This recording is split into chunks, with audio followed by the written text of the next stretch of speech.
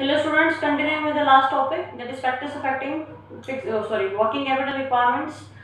चार फैक्टर्स हमने कर लिए थे। फिफ्थ फैक्टर है आपका प्रोडक्शन साइकिल। देखिए प्रोडक्शन साइकिल का मतलब होता है कि आपका टाइम गैप कितना है। एक तरफ आप जब अपना रॉ मटेरियल पुटिंग कर रहे हैं तो उसको कितना टाइम लगता है आपके फिनिश गुड्स बन करके बाहर आने में। जितनी ज़्यादा ये लंबी प्रोडक्शन साइकिल होगी उतना ही ज़्यादा आपका वर्किंग कैपिटल रिक्वायरमेंट बढ़ जाएगा, और जितनी छोटी ये साइकिल होगी यानी कि जितना जल्दी आपका कच्चा माल आपके फिनिश गुड्स में कन्वर्ट हो रहा होगा उतना ही कम आपके पास आपका जो मटेरियल है वो कम दिनों के लिए लगा रहेगा आपकी इंडस्ट्रीज में, और उतनी ही कम वर्किंग कैपिटल रिक्वायरमेंट की आपको जरूरत होगी। नेक्स्ट आता है क्रेडिट अलाउड। क्रेडिट अलाउड का मतलब होता है कि आप अपने कस्टमर्स को कितना ज्यादा क्रेडिट यानी कि उधार पे सेल आउट करें। जितना ज्यादा आप उधार सेल करेंगे उतना ही कैश कम आएगा आपके पास, और उसका मतलब है कि आपको अपनी जेब से सारा सामान लगाना पड़ेगा अपने बिजनेस में।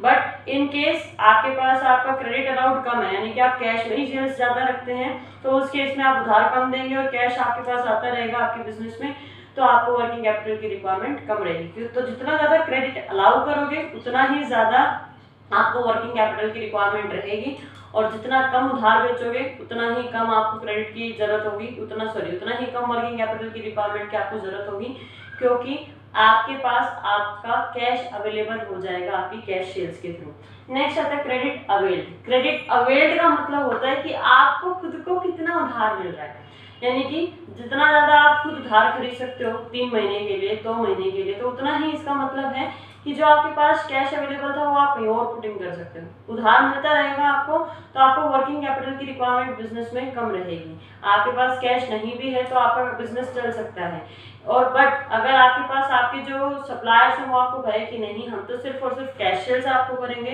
तो फिर आपको वर्किंग कैपिटल की रिक्वायरमेंट ज्यादा रहेगी। सपोज मैं एक शॉपकीपर हूँ, आप मेरे कस्टमर है, आपको मैं जितना ज्यादा उधार दूंगी, अब सपोज उल्टा करते हैं कि आप एक बिजनेसमैन हैं और मैं आपका कस्टमर हूँ, या ये कह लीजिए मैं आपका सप्लायर हूँ।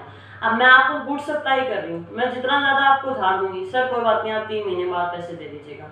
आप उस टाइम पे आपके पास पैसा नहीं भी था तो उन 3 महीनों के लिए आपको जरूरत भी नहीं है, क्योंकि आप इजीली अपना आपको जो रॉ मटेरियल की रिक्वायरमेंट थी वो मिल चुकी है। बट मैं आपको कंडीशन पुटिंग कर दूं कि मुझे तो सिर्फ और सिर्फ कैश में ही देना है, तो फिर आपको वर्किंग कैपिटल रखनी पड़ेगी अपने पास, यानी कि कैश का स्टॉक आपके पास होना जरूरी है।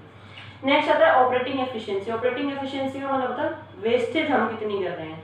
कि सपोज कीजिए मैं एक टेलर हूँ, मुझे एक मीटर कपड़ा दिया गया है कुछ सिलने के लिए छोटे बच्चे का, और मैं उसको इस तरीके से काट पीट कर दूं कि वेस्ट ज़्यादा करूँ, और एक मैं स्मार्ट तरीके से काटूं कि उसमें से एक छोटे बच्चे का तो कपड़ा मैं बना ही दूँ प्लस एक 0 साइज के कपड़ा भी मैं बना सकूं, कि एक कपड़े में मैंने 2 बच्चों के कपड़े सील दिए, इस स्मार्ट तरीके से मैं काटूं। तो ऑपरेटिंग एफिशिएंसी का मतलब यही है कि हम किस तरीके से अपने बिजनेस में ऑपरेट करें। जितनी ज़्यादा ऑपरेटिंग एफिशिएंसी अच्छी होगी उतना ही कम रिक्वायरमेंट रहेगा वर्किंग कैपिटल का, क्योंकि वेस्टेज कम करेंगे हम। और अगर मेरी ऑपरेटिंग एफिशिएंसी अच्छी नहीं है यानी कि मैं वेस्टेज ज़्यादा कर रही हूँ तो उस केस में वर्किंग कैपिटल रिक्वायरमेंट भी बढ़ जाएगी।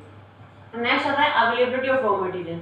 जितना ज़्यादा आपके पास रॉ मटेरियल अवेलेबल होगा, अब घर से बाहर निकलते हैं आपके पास शॉप है तो ऑब्वियस सी बात है आपको घर में स्टॉक रखने की जरूरत नहीं है, कभी भी मेहमान आ जाए।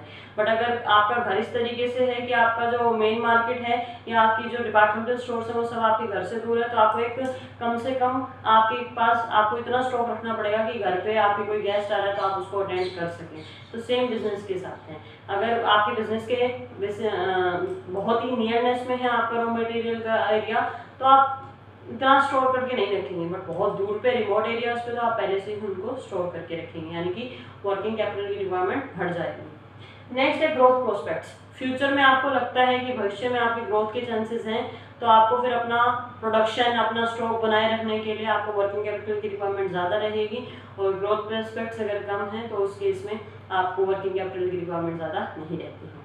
नेक्स्ट आता है लेवल ऑफ कंपटीशन। जितना ज़्यादा टफ कंपटीशन होगा उतना ही ज़्यादा आपको अपने कस्टमर्स पे पकड़ बनाए रखनी होगी, और पकड़ बनाए रखने के लिए आपको हर वक्त रेडी रहना पड़ेगा आपके कस्टमर्स की डिमांड के साथ, और कस्टमर्स की डिमांड को मीटअप करने के लिए आपको स्टॉक बनाए रखना होगा। स्टॉक बनाए रखने के लिए आपको वर्किंग कैपिटल की रिक्वायरमेंट रहेगी। तो अल्टीमेटली कंक्लूजिंग पॉइंट क्या है, लेवल ऑफ कंपटीशन ज़्यादा है तो स्टॉक ज़्यादा रखना है, वर्किंग कैपिटल की रिक्वायरमेंट ज़्यादा है। लेवल ऑफ कंपटीशन कम है तो आपको स्टॉक कम रखना है और आपका वर्किंग कैपिटल की रिक्वायरमेंट भी कम रहेगी।